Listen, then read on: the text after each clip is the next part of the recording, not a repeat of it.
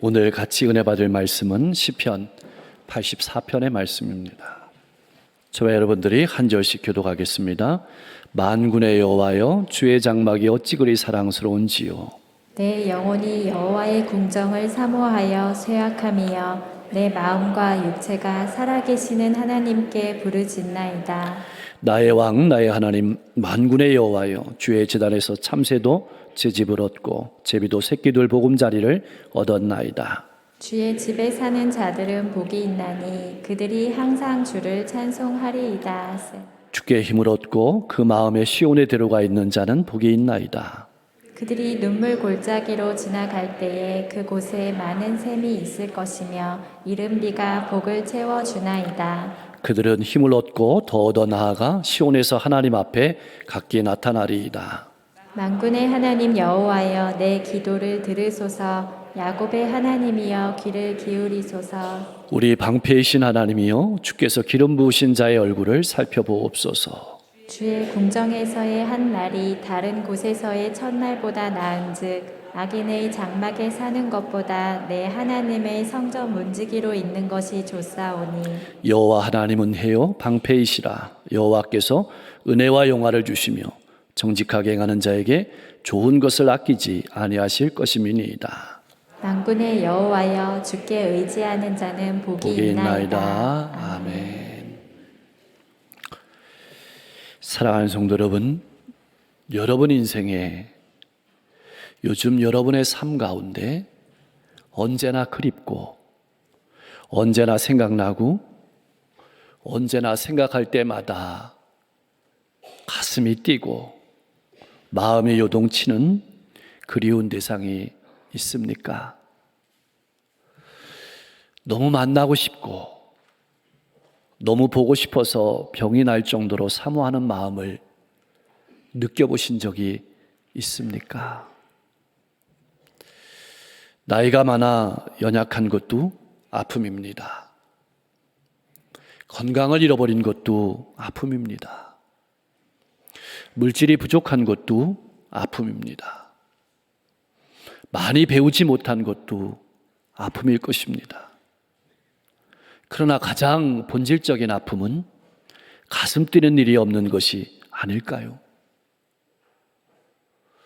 늘 그날이 그날 같은 삶을 살아가는 것이 우리의 삶의 아픔은 아닐까요? 더 큰 아픔은 물질이나 보이는 것들로 내 인생을 채우면서 눈과 몸이 즐거운 것으로 만족하며 살아가는 것일지도 모릅니다. 본문 말씀은 그 펄떡펄떡 가슴 뛰는 인생을 우리에게 보여주고 있습니다. 만군의 여호와여, 주의 장막이 어찌 그리 사랑스러운지요. 만군의 여호와라는 고백에는 하나님이 나를 만드셨고 하나님이 나를 지키시고 하나님이 내 인생을 주관하시고 하나님이 내 인생을 인도하신다는 고백이 들어있습니다. 여러분이 고백하는 하나님은 어떤 하나님이십니까? 주의 장막이 어찌 그리 사랑스러운지요. 장막은 텐트를 말합니다. 텐트가 뭐 그렇게 아름답겠습니까? 이것이 아름다운 것은 그곳에 하나님이 임재하시기 때문입니다.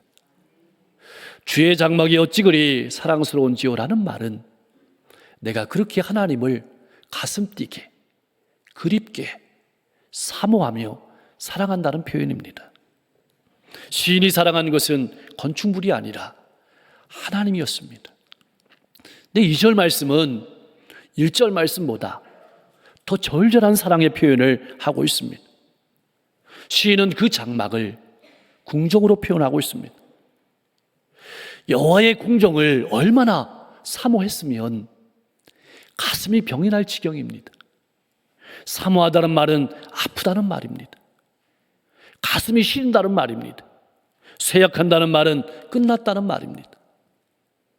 다시 말하면 하나님을 얼마나 사모했는지 내 마음이 내 인생이 그로기 상태라는 뜻입니다.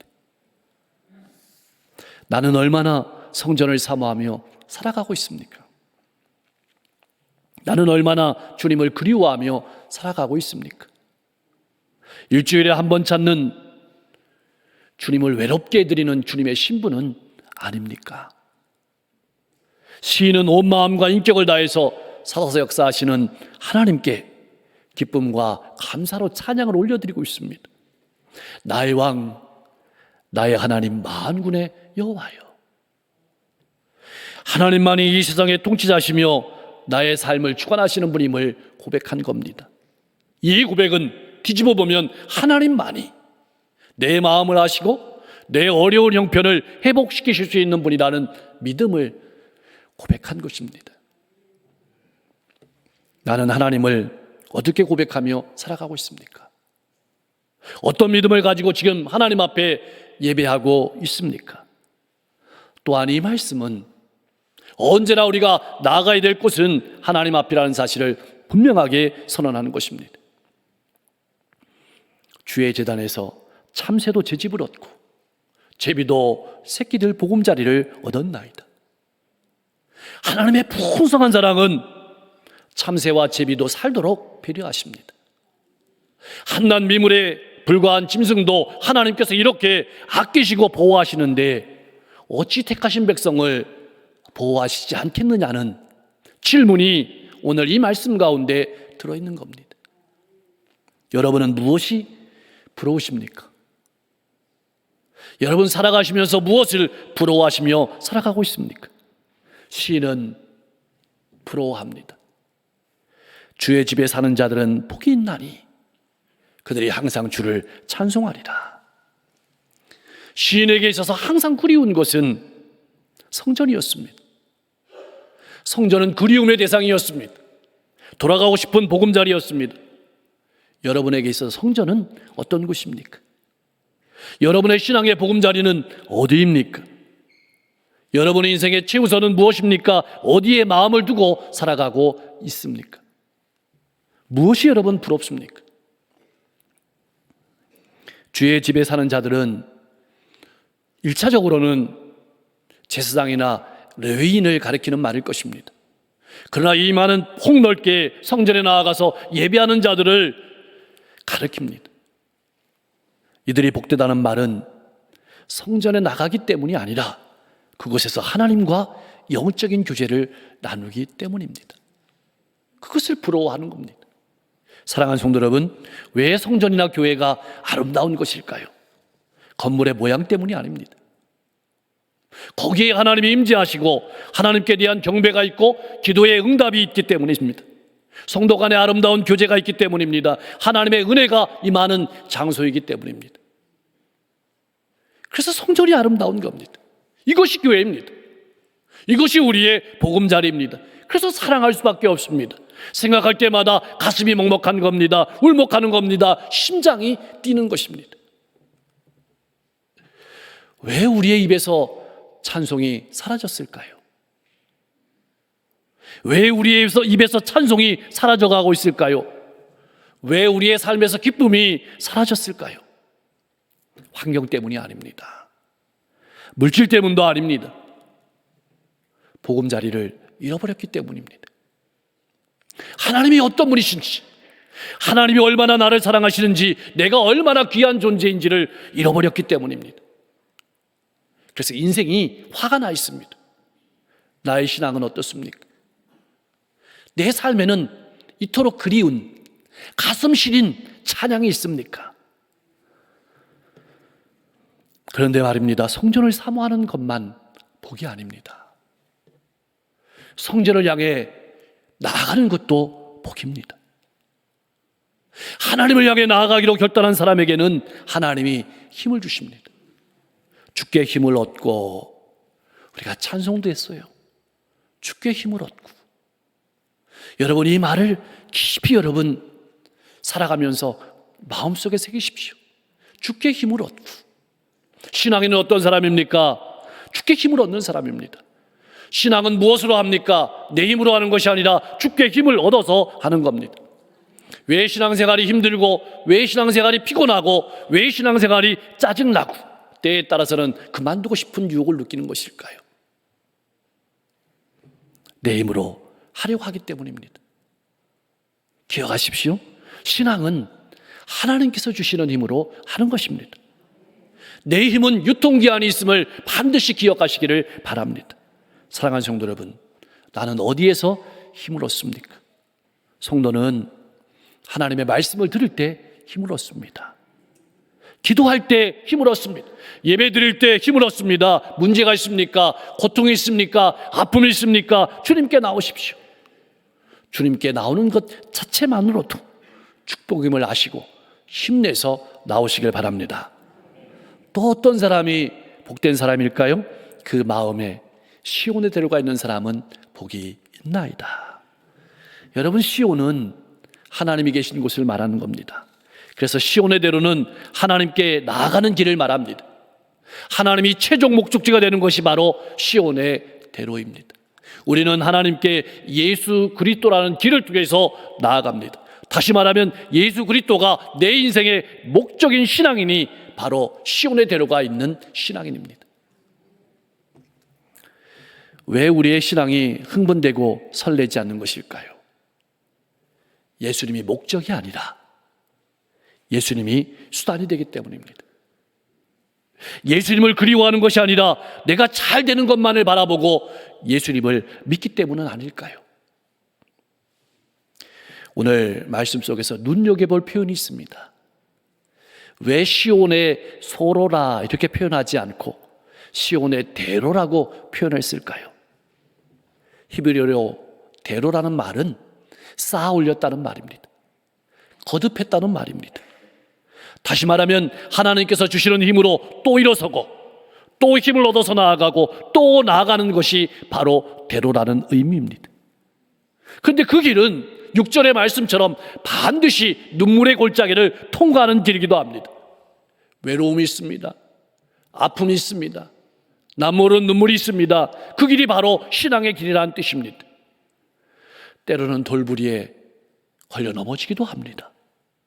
그러나 하나님이 주시는 힘으로 힘을 얻고 다시 일어섭니다. 길이 닦였습니다. 때로는 허물어진 길을 만나기도 합니다. 그러나 하나님이 주신 힘으로 다시 일어섭니다. 길이 또 닦였습니다. 때로는 속삭여서 주저앉기도 합니다. 그러나 또 일어섭니다. 때로는 낙심되기도 합니다. 그러나 힘을 얻어서 다시금 일어섭니다. 그래서 대로가 되는 겁니다. 수많은 사람이 다니는 통로가 되는 것입니다. 내 신앙은 주저앉아 있는 소로입니까? 아니면 다시 힘을 얻어 또 일어선 대로입니까? 사랑하는 성도 여러분, 죄의 길과 생명의 길은 어떻게 다를까요? 세상의 길과 믿음의 길은 어떻게 다를까요? 여러분, 죄의 길은 처음 죄를 짓는 것이 굉장히 어렵습니다. 너무 어렵습니다. 그런데 두 번째는 너무 쉽습니다. 세 번째는 더 쉽습니다. 죄에도 쾌락이 있습니다. 그래서 자연히 습관이 됩니다. 왜냐하면 길이 낮기 때문에 그렇습니다. 신앙의 길도 처음에는 어렵습니다. 그런데 두 번째는 더 어렵습니다. 이것이 생명의 길입니다. 세상의 길과 다른 겁니다. 그것이 바로 눈물의 골짜기입니다. 아무리 생각해도 이해할 수 없는 고통과 아픔이 우리 신앙생활 가운데 즐비합니다. 이 말은 그리스도인이 되었다고 해가지고 풍성함만 있는 것이 아닙니다. 안전함만 있는 것이 아닙니다. 반드시 눈물의 골짜기를 통과해야만 하는 겁니다. 그렇게 한 번씩 일어서고 쌓아 올린 길이 대로라고 하는 겁니다. 그 길을 통해서 후배 신앙인들이 걸어옵니다. 그 길을 통해서 우리 자녀들이 후손들이 돌아오는 겁니다. 이것을 기억하고 힘내서 믿음의 길을 걸어가실 수 있기를 소망합니다. 그런데 놀라운 것은 이 길 가운데, 이 눈물의 골짜기 가운데 하나님이 함께 하신다는 겁니다. 이 눈물의 골짜기를, 이 메마른 골짜기를 샘으로 풍성하게 하십니다. 오아시스로 변화시켜 주시는 겁니다. 때를 따라 위로하시고 은총을 내려주십니다. 무거운 인생의 짐이, 외로움이 바뀌어서 가볍게 하십니다. 복이 되게 하십니다. 이것이 바로 신앙생활입니다. 우리는 우리의 힘으로 신앙의 길을 걸어갈 수 없습니다. 하나님이 보호하시고 하나님이 인도하시고 하나님이 힘을 주셔야만 가능한 것이 신앙생활입니다. 그래서 신앙생활은 힘을 얻어서 하는 겁니다. 그래서 우리가 우리의 인생을 다 달려가고 하나님 앞에 이르게 될 때 하나님 앞에 찬송할 수밖에 없는 것입니다. 왜냐하면 내 힘으로 한 것이 아니기 때문입니다. 사랑하는 성도 여러분, 그리스도인은 어떤 사람일까요? 하나님의 역사를 맛보기 위해서 계속해서 앞으로 나가는 사람입니다. 넘어져도 다시 기도하는 사람입니다. 힘들수록 하나님 앞에 더 나아갑니다. 그러면 하나님께서 힘을 주십니다. 힘을 더 주십니다. 더욱 더 주십니다. 그래서 마침내 하나님을 나타내고 인생의 대로를 만들어가는 사람이 신앙인입니다. 이렇게 하나님을 경험하고 맛보아하는 사람들은 눈물의 골짜기를 두려워하지 않습니다. 하나님이 주시는 은혜는 문제가 없는 것이 아닙니다. 아픔이 없는 것이 아닙니다. 하나님이 주시는 은혜는 오히려 힘을 얻고 그 고난의 자리를 뚫고 지나가는 겁니다. 은혜 위에 은혜는 힘을 얻고 더 얻어서 믿음으로 서는 것입니다. 날마다 새 힘을 얻고 날마다 더 강건해지고 날마다 더 분명하고 날마다 더 살떨리는 삶을 살아가는 것입니다. 그것이 은혜입니다. 여러분은 어디에서 힘을 얻습니까? 물질입니까? 권세입니까? 아니면 하나님입니까? 여러분의 소망은 무엇입니까? 좋은 집입니까? 출세입니까? 아니면 예수입니까? 이제 남은 것은 하나입니다. 복 있는 사람으로 살아가는 것입니다. 그렇다면 복 있는 사람은 어떤 사람일까요? 복 있는 사람은 기도하는 사람이라고 8절은 우리에게 분명하게 말씀하고 있습니다. 기도는 하나님과 교통할 수 있는 보이지 않는 대로입니다. 시인의 기도는 오직 하나입니다. 다시 성전에 나아가는 것입니다. 하나님을 더 잘 섬기는 것이 그의 기도의 제목이었습니다. 나의 기도의 제목은 무엇입니까? 하나님을 더 잘 섬기는 것입니까? 아니면 내가 잘 되는 것입니까? 10절 말씀은 우리에게 어떤 인생의 가치관을 가지고 살아가는지 물어보는 말씀이기도 합니다. 우리의 인생을 다시 새롭게 하라는 말씀이기도 합니다. 시인은 이렇게 결단하며 10절 말씀에서 선언합니다. 하나님 없이 영화와 안위를 누리는 첫날의 삶보다 하나님과 교제를 누리며 하나님을 잘 섬기며 살아가는 하루의 삶을 살아가겠다. 악인의 집에서 편안하게 사는 삶보다는 비록 비천한 문지기일지라도 하나님과 교제하며 살아가는 삶을 선택하겠다고 선언하는 겁니다. 이것이 시인의 가치관이었습니다. 시인의 인생관이었습니다. 사랑하는 성도 여러분, 내 인생의 가치는 어디에 있습니까? 오래 사는 것입니까? 물질이 넘쳐나는 것입니까? 높은 지위에 오르는 것입니까? 쾌락을 누리는 것입니까? 아니면 예수님입니까? 나의 선택은 무엇입니까? 내 신앙의 고백은 무엇입니까? 물질이 조금 부족해도 지위가 없어도 좋은 학벌은 가지고 있지 못한다 할지라도 주님의 생명을 나타내고 영원한 천국을 소망하며 살아가는 신앙인 되실 수 있기를 소망합니다. 그렇다면 왜 시인은 이렇게 진한 신앙 고백을 하고 있는 것일까요? 하나님이 어떤 분이신지 알았기 때문입니다. 하나님은 해요 방패시라. 하나님은 생명을 주시는 분일 뿐만 아니라 구원이시란 말입니다. 하나님이 우리를 지키시고 인도하시고 보호하시는 분이라는 신앙의 고백이 여기 가운데 들어있습니다. 나를 창조하신 분도, 나를 지키시는 분도, 나를 인도하시는 분도, 나를 세우시는 분도 하나님이시다. 나에게 영원한 생명을 주시고 영원한 하늘나라까지 인도하시는 분도 하나님이심을 분명하게 고백하며 살아가실 수 있는 여러분과 제가 될 수 있기를 소망합니다. 기억하십시오. 세상의 모든 것은 유통기한이 있습니다. 모두 썩어질 것들입니다. 그것에 기대지 마십시오. 그것에 목숨 걸지 마십시오. 사랑하는 성도 여러분, 우리가 믿는 하나님은 어떤 분이십니까? 우리가 받아 마땅한 벌에서 우리의 죄를 사해 주시는 분입니다. 우리가 상상할 수 없는 것들을 우리에게 주시는 분입니다. 우리가 수치를 당하지 않도록 우리에게 가장 좋은 것을 주시기를 기뻐하시는 분입니다. 그래서 이제 시인의 결론은 이렇습니다. 만군의 여호와여, 주께 의지하는 자는 복이 있습니다. 여러분, 성전을 있는 사람이든지 성전을 향해서 길을 떠나는 사람이든지 어느 곳에 있든지 주님을 그리워하고 주님을 신뢰하는 모든 사람은 복이 있다고 선언하는 것입니다. 내 마음은 어디에 있습니까?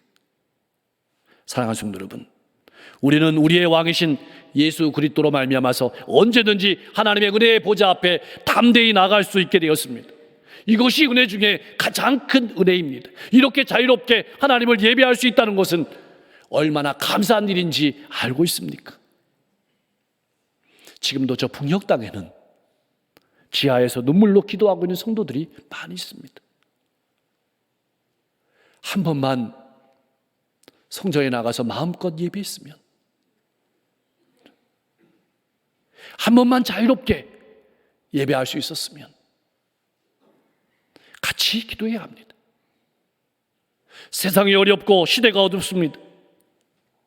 그러나 정말 어두운 것은 우리의 마음이 아닐까요? 성전을 사모하는 마음을, 주님을 사모하는 마음을 잃어버렸고 예배의 기쁨을 잃어버린 것이 아닐까요? 말씀의 능력을 맛보지 못하며 살아가는 우리의 삶이 아닐까요?